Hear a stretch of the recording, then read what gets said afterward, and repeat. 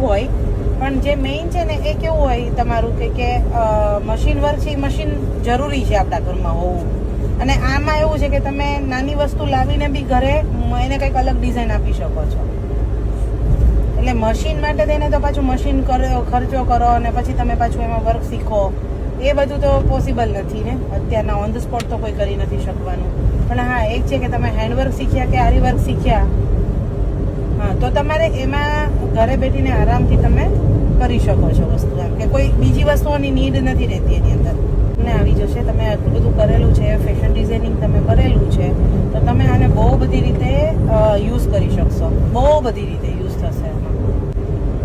Okay okay, done છે. હા, મને કરી દો. ઓકે, મને કરી દો તમારું એડ્રેસ શેર. મંડે અમે લોકો કીટ પાર્સલ કરી આપશું તમને, એટલે જેમને કીટ મળે ને એટલે મને હે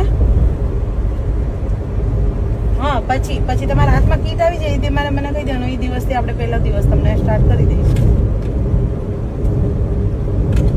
ના, હું આપું તમને ગૂગલ પે નંબર, એમાં તમારે કરવાનું રહેશે. બરાબર? ઓકે ઓકે, ડન છે. મને ખાલી એડ્રેસ શેર કરી આપો તમે. હા હા, મોકલી આપો મને.